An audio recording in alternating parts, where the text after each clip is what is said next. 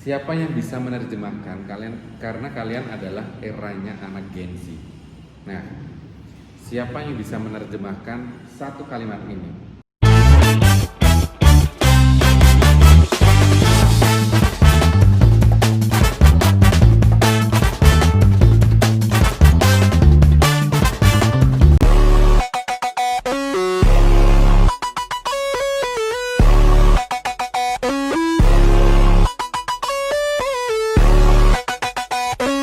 Siapa yang bisa menerjemahkan kalian, karena kalian adalah eranya anak Gen Z.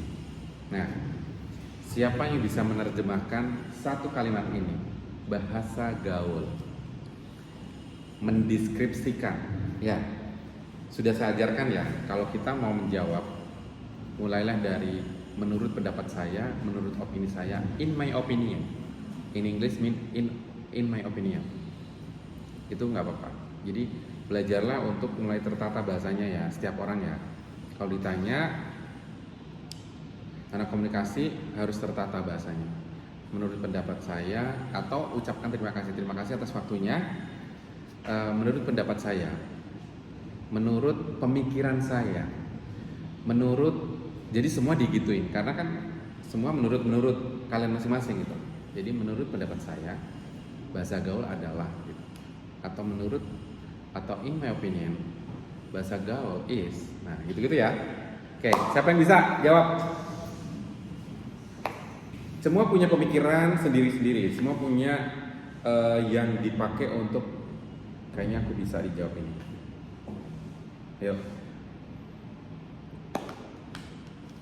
Bahasa gaul adalah bahasa gaul menurut Jangki, silakan. Menurut pendapat saya, bahasa gaul itu bahasa informal yang digunakan sehari-hari oleh kaum anak muda. Bahasa informal yang digunakan sehari-hari oleh anak muda. Oke, that's good. Oke, Rama, what your opinion? Menurut saya bahasa gaul adalah bahasa yang digunakan percakapan sehari-hari kepada sesama atau seumuran, dan termasuk bahasa yang akan berbeda yang kemudian bahasa informal karena tidak cocok untuk digunakan untuk berbicara pada orang yang tua. Orang yang tua, oke. Bahasa gaul biasanya dipakai anak-anak muda pada entah itu teman sepergaulannya ataupun di bawahnya. Oke, that's good. Gaul adalah bahasa yang digunakan sehari-hari ketika bersama teman, saudara, atau yang seumuran. Bahasa yang menurut saya itu menjadi tren di kalangan anak muda pada zaman tertentu. Oke, ada clue-nya, trennya ya gitu. Oke. Manusia atas waktunya. Yes. Jadi menurut saya bahasa gaul itu ada ragam bahasa yang tidak baku yang biasa digunakan oleh anak muda yang sekarang atau komunitas tertentu yang bertujuan agar terlihat lebih keren dan santai dan lebih kekinian lah. Menurut saya seperti itu. Oke. Bahasa yang kekinian. Oke, thank you. Si Danang, menurut Danang apa? Bahasa gaul itu apa sih, Dan? Terima kasih atas waktunya. Menurut pendapat saya, bahasa gaul itu adalah bahasa yang digunakan di saat-saat tertentu, waktu tertentu, dan kalangan tertentu, di mana hanya beberapa atau kalangan tertentu itu yang memahami maksudnya itu, dan itu bahasa itu tidak formal atau non formal gitu. Nah, jadi bisa digunakan untuk kalangan muda atau mungkin sejawat agar kesan lebih santai. Oke. Kalau mau jawab, tampilkan siapa dirimu.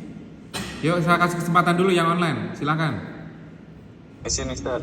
Oke, Mas Alfian, thank you. Yuk. Menurut yang saya pahami,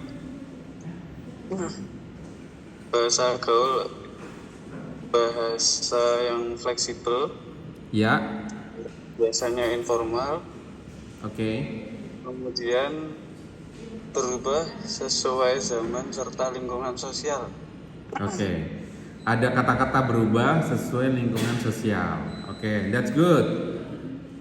Makasih Mas Alfian. Yang lain yang online, oke boleh. Kalau online berarti jawabnya on cam terus baru dijawab.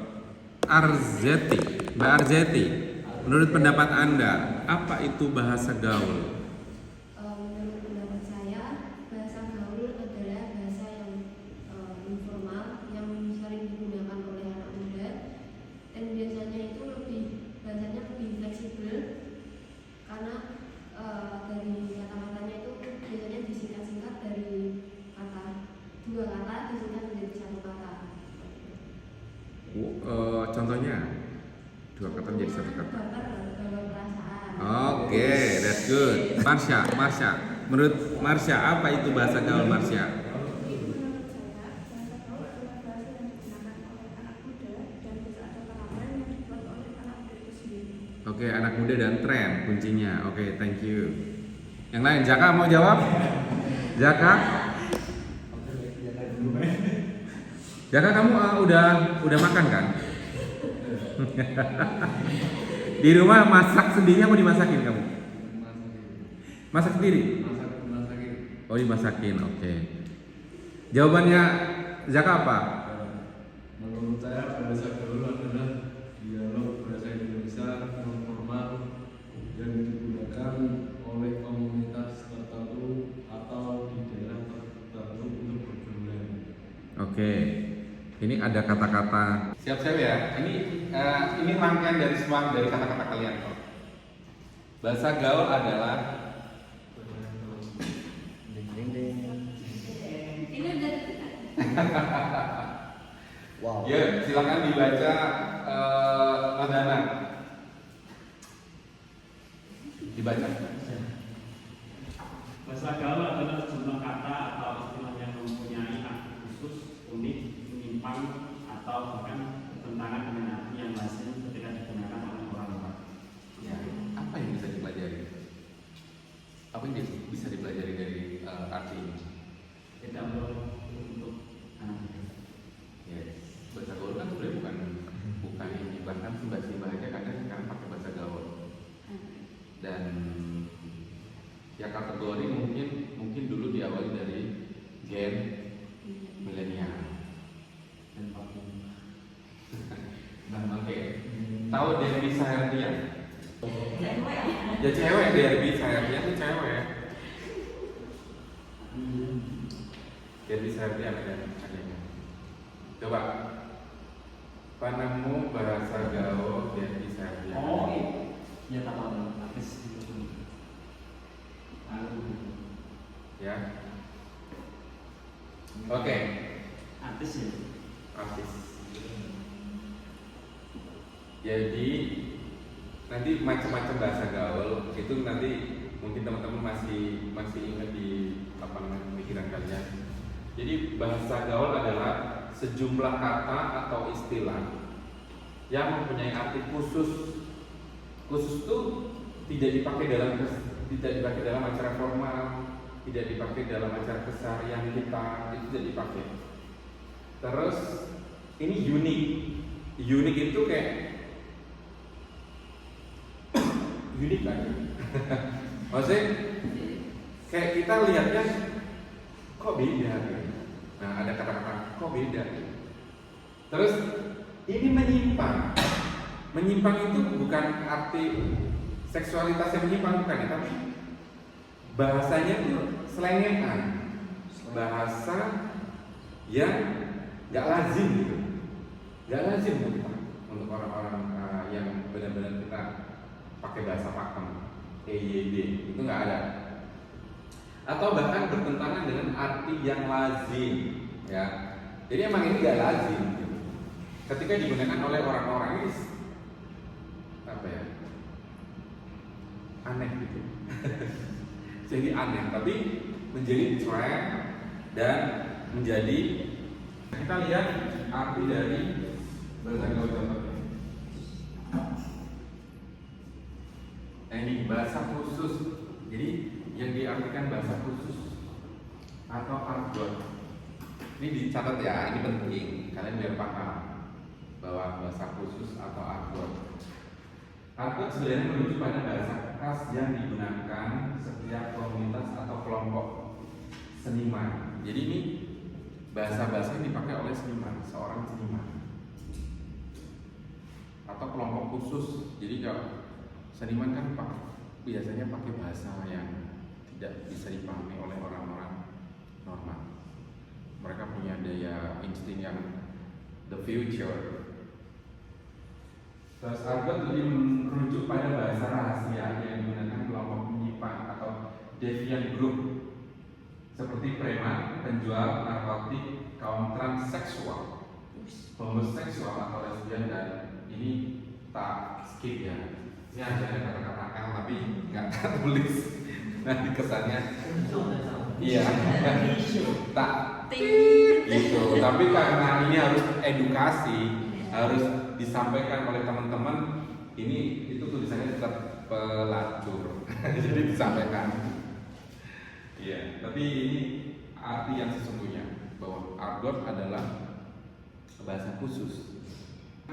Kata yang menurut kalian itu bahasa gaul of the year. Ya, pokoknya itu harus bahasa gaul di era Gen Z.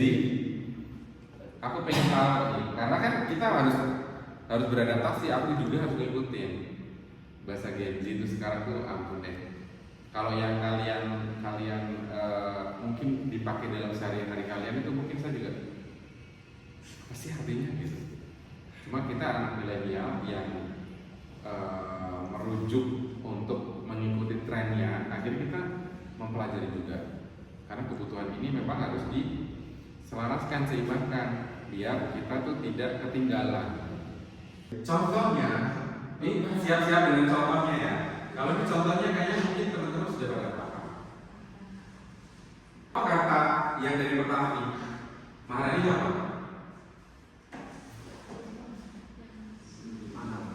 Mahal.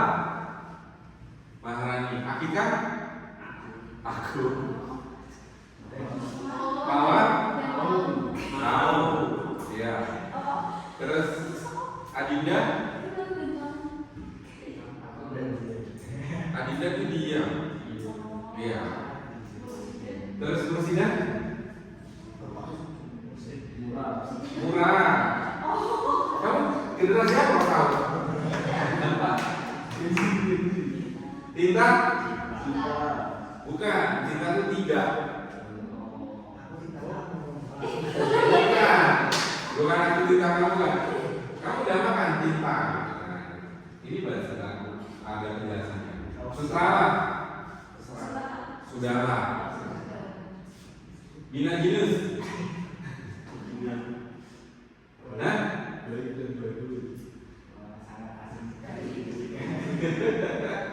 Bina jinus itu bagus. Ya. Cinang kinep? Cakep. Duta? Duta? Duit.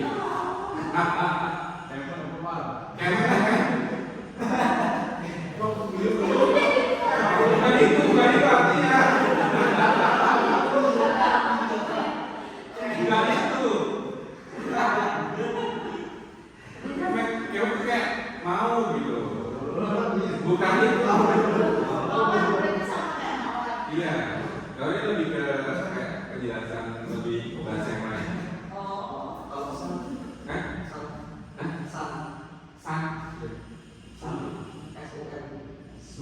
Sun mata dan Panasonic.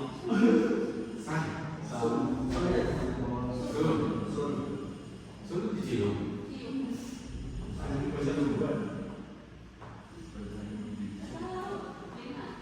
Lina, Minorina itu kayak ini sering apa?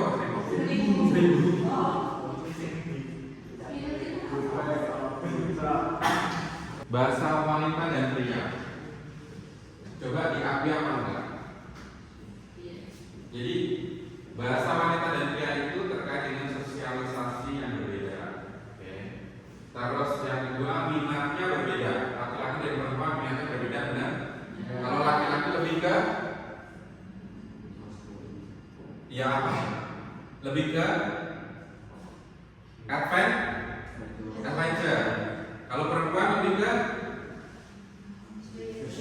fashion. Ya, terus wanita lebih tahu banyak warna.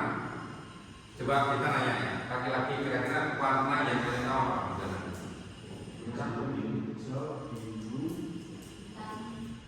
Hitam.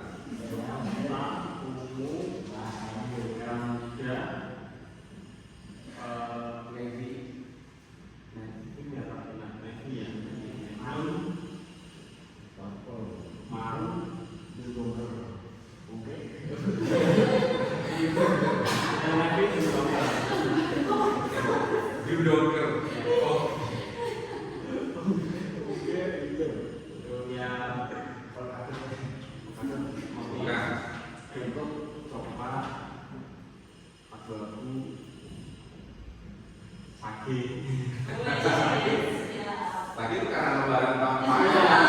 Dia tahu dulu. Dia mah nggak ngerti. Oke Rama. Apa? Yang ada di pikiranmu warna yang diketahui oleh laki-laki.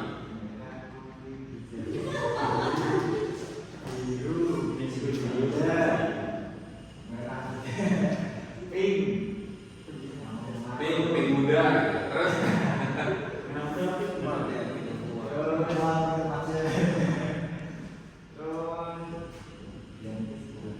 oke, Zaki. Sama sih. Ya apa kamu yang ada tambahan nggak? Atau basicnya apa?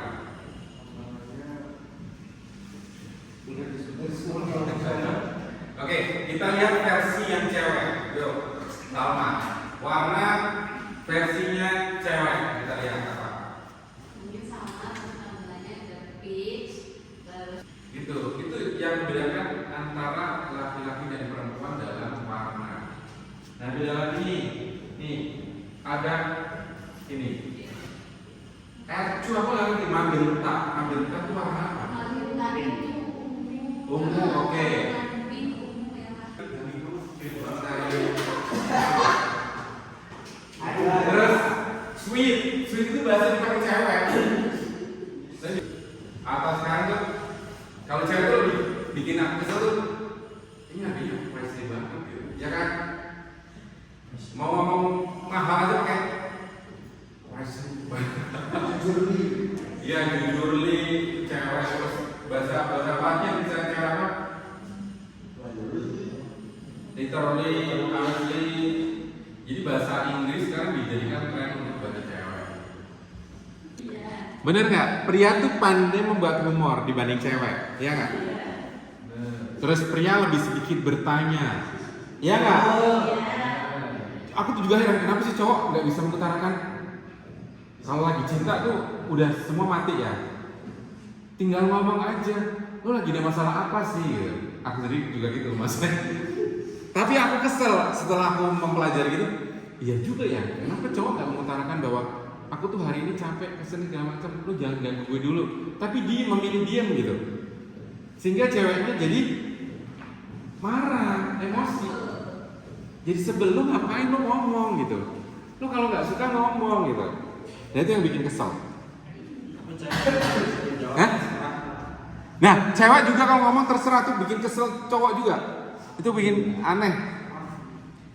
Ngajak sih, bukan diajak. Aku ngajak sore. Ada beberapa orang. Yuk kita keluar yuk. Kita makan yuk.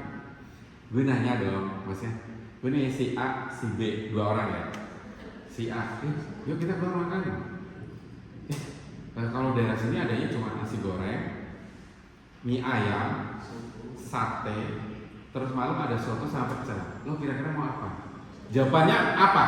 Terserah, kesel aku itu langsung. Kan udah tak kasih option, ya, tak kasih option. Lo tinggal milih itu gitu. Atau pecel lele dia terakhir tak bilang gitu. Atau pecel lele atau lamongan gitu. Antarin ke TPS aja. Enggak. Oke, wanita cenderung menata pembicaraan secara kooperatif. Jadi dia kalau ngomong sama cowoknya dia akan berhati-hati. Dia lebih ke apa ya? Kalau ngomong ya hati-hati. Bener nggak? Oke, kalau cowok pria menata secara kompetitif. Jadi kalau apa-apa tuh dikit-dikit tuh di compare, dibanding-bandingin kalau cowok. Ya. Wanita cenderung juga pembicaraan hubungan.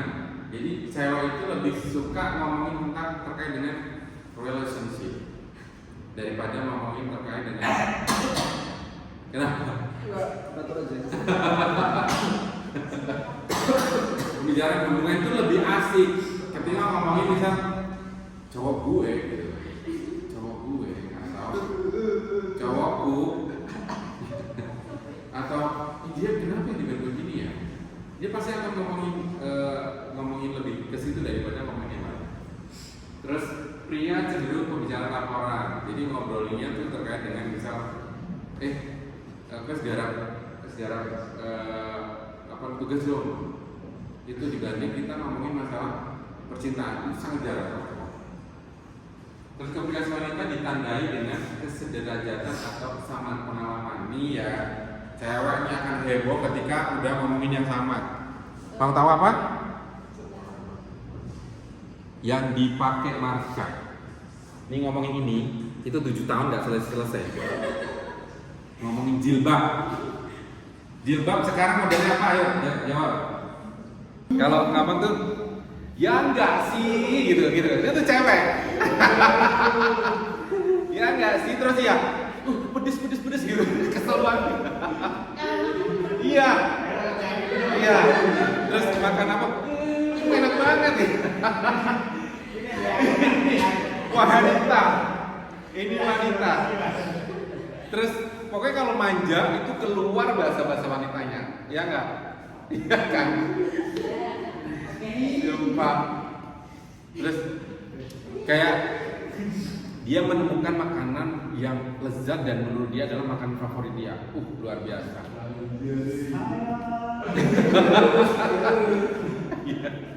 Itu luar biasa. Oke. Komunikasi nonverbal adalah jadi yang dipakai biasanya kayak gini. Selamat pagi teman-teman semua yang ada di sini. Apakah kalian sudah makan? Ini adalah komunikasi verbal. Komunikasi nonverbal loh. Jadi bahasa tubuh itu gestur ya. Gestur itu kita ngomongin gini, kita gerak ini, kita pikirkan Mbak Salma, nah ini tuh gestur, ya gestur. Terus atau kamu terima kasih dan sampai jumpa itu gestur. Ya. Terus isyarat tangan. Oke, nice, delicious. Atau ini ya. Atau apa nih? Ini door nggak mau udah selesai. Itu kan nyanyi nggak kan? Nggak. Oh iya tadi ini kan juga bisa. Ini salah. Iya ini salah. Ini juga. Salah semua ini salah. Terus gerakan kepala. Apa nih artinya? Iya. Yes, I want. Aku mau. Ini? I don't want. Aku tidak mau. Postur tubuh dan posisi kaki. Jadi kalau postur tubuh itu kalau kita ngomongin presentasi ya postur tubuh tegak, berdiri, ambil langkah sejengkal, nggak usah yang ini. Kalau gerak pun kita hanya sekedar gerak gerakan kaki. Nanti kita akan belajar ya komunikasi. Jadi nanti akan belajar presentasi di depan. Kita akan lihat dari hasil presentasi kalian dan gesturnya kalian mainkan apa nanti saja. Jadi ada orang yang ngobrol presentasi ada yang begini. Kemana siapa ya?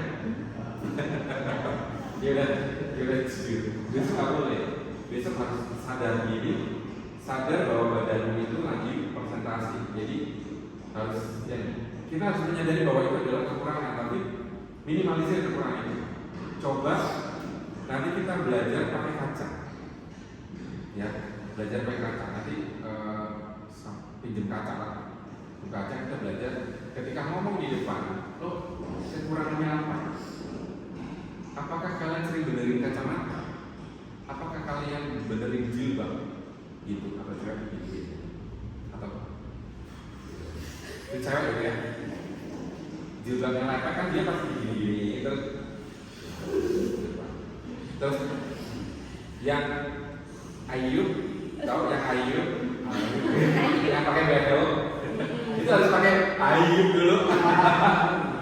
Untuk di sini nggak ada yang pakai bedel ya? Itu mahal tuh, giginya harus dipakai, takut dimaling. Ya, terus apa namanya kayak semacam apa pergerakan kaki itu juga dilihat, karena kalau kita semakin banyak gerak kaki berarti dia nerf. Terus ekspresi wajah dan tatapan mata. Jadi ekspresi wajah itu harus sesuai dengan acaranya. Kalau acara formal berarti dia akan sedikit tapi tidak hahaha, itu nggak bisa. Jadi harus terima kasih, selamat pagi, sampai jumpa, sampai ketemu lagi dalam acara. Jadi tidak boleh over. Terus kalau tatapan mata, eye contact. Jadi kalau kamu mau menyampaikan materi, tatap mata yang masing-masing. Sudut sana satu orang, tengah satu orang, kanan satu orang. Jadi biar fokus ke saya. Jadi kita jadi a center of attention. Jadi pusat perhatian. Jadi kalau kita ini, kamu ramai sendiri, aku biarin, dia akan ramai terus. Tapi harus tatap mata. Sama. Hari ini kita akan belajar. Jadi dia akan fokus. Jadi kalau ada presentasi, kalau orang yang ramai, tatap atau dekatin. Atau Mas Dana lagi situ. Mas Dana, apa yang saya sampaikan tadi hari ini? Apakah bisa dipahami? Nanti akan fokus. Soal komunikasi. Jadi kita punya mentor yang namanya dulu. Ya, nih, dia baik-baik. Jadi kalau kita mau duduk, biasanya itu kan kalau kita di tempat biasanya kita kan langsung kalau cowok gini, lagi itu kan cowok ya, cowok. Kalau di tempat pertemuan nggak boleh kayak gitu, nggak boleh. Apalagi gini, itu nggak boleh. Jadi kalau posisi duduk, anggaplah posisi duduk kalian itu kalau mau ininya nempel, pentokin bawah kalian tempat belakang lagi. Ya. Posisi itu tegak. Jadi kalian tidak capek dunia. Jadi kalau leye ini nggak biasa. Tapi kalau kalian maju dikit, terus mau leye-leye, kelihatan sekali Anda. Ya. Terus kalau kayak posisi gini, misal mau posisi formal gini, ya udah gini. Terus ini tangan segala macam atau ini posisi interview ya.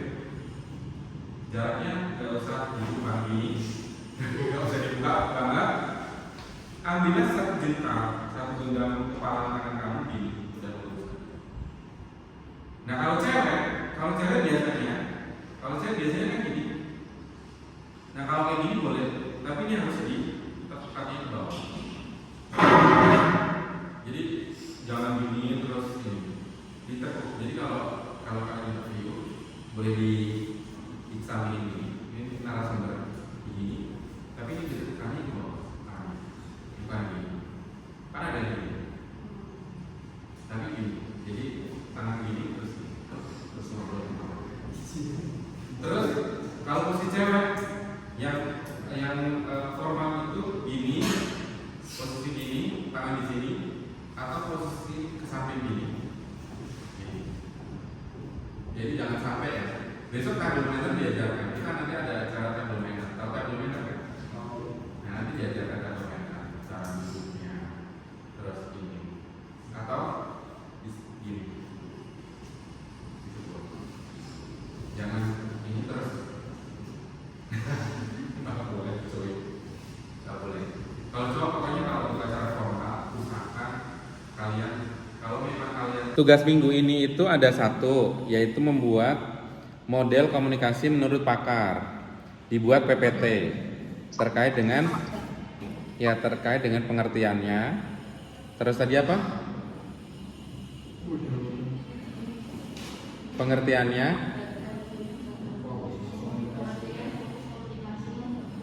Ya, fokus komunikasinya sama bagannya komunikasi gitu. Itu cari di internet ada semua, tapi kan model komunikasi menurut pakar banyak, ya kan? Dipilih, terus nanti kamu tunjukkan model komunikasi menurut siapa. Jangan lupa halaman pertama adalah nama kalian sama NIM kalian, ya. Oh belum ada? Ya berarti nama kalian. Terus prodi ilmu komunikasi semester 1, jangan lupa. Terus di halaman terakhir, di slide terakhir adalah ucapan terima kasih. Terus untuk tugas yang kedua yang online, nanti pembuatan video terkait dengan komunikasi verbal dan komunikasi nonverbal. Boleh talentnya itu boleh dari teman-teman kita sendiri atau grup bikin. Jadi tapi masing-masing tugasnya masing-masing harus berbeda videonya. Kalau misal Rate sama Laila sama Devi itu mau bikin bareng, ya udah berarti ada yang jadi fotografer, ada yang jadi talent, atau tiga-tiganya jadi talent, fotografernya siapa, boleh, atau kameramennya siapa. Dan nanti membahas terkait dengan komunikasi verbal itu kayak apa lah. Dibuat skenario, dibuat seperti kayak video yang tadi saya contohkan gitu. Cari di internet beberapa sampel video komunikasi verbal dan komunikasi non verbal banyak. Jangan lupa nanti di akhir acara ada penjelasan bahwa talentnya siapa aja, kameramennya siapa, dan ada logo kampus ya. Nanti logo kampus akan saya share di di grup logo kampus yang boleh dipakai untuk saat ini. Itu ada pertanyaan? Oke, baik. Jika tidak ada pertanyaan untuk pertemuan pagi hari ini, pertemuan ketiga, terima kasih. Kita nanti untuk pertemuan minggu depan adalah presentasi. Dan untuk pertemuan hari ini terima kasih atas perhatian teman-teman semua. Thank you so much. Dan saya tutup. Assalamualaikum warahmatullahi wabarakatuh.